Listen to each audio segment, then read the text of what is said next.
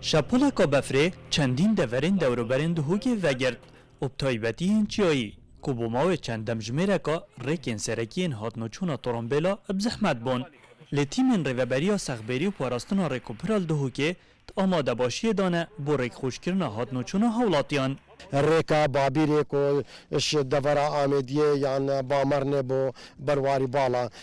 هر دمل دستیمت ما دست پیکرن افریقیت هنه پاکش کرن و لیل جهدی تر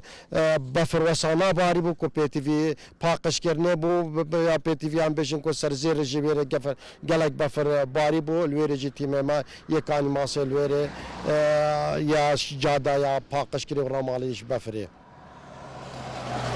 دم بفر بارینه بو هند جهولاتیان دلیوا کیف خوشیه او شر بفره لوما قستوان جهاند کن داکو دمک خوش بارینن اگر اول مزانی کو بفر وارخواتی ما ویا بین خوندک و اینا بگیرین گل حوالو برادرت خو درکتیم بگی و جوک خوشه شوفرین دورجی دا خازت کن زیرک بهنه پاکش کرن داکو بشین بی کشه هات نوچونه بکن امریکا هم داکتی همه رک خوش نو فکری نو بفراتیتن لی خودش حکمتت که هر وقت بفرتیتن رک بنا گرتم زیتری وقت بنا وکن چونکه اول دورکات چیه دورکا بفر بارینا جبر هات نو چون آخر کی داکو رک آسانی هات نو چون هبتن شپولا بفره دورین چیایی و گرتن ابتایبتی دورا برواری بالا و سنور قضا آمدیه و پلن گرمیجی دابازین خاره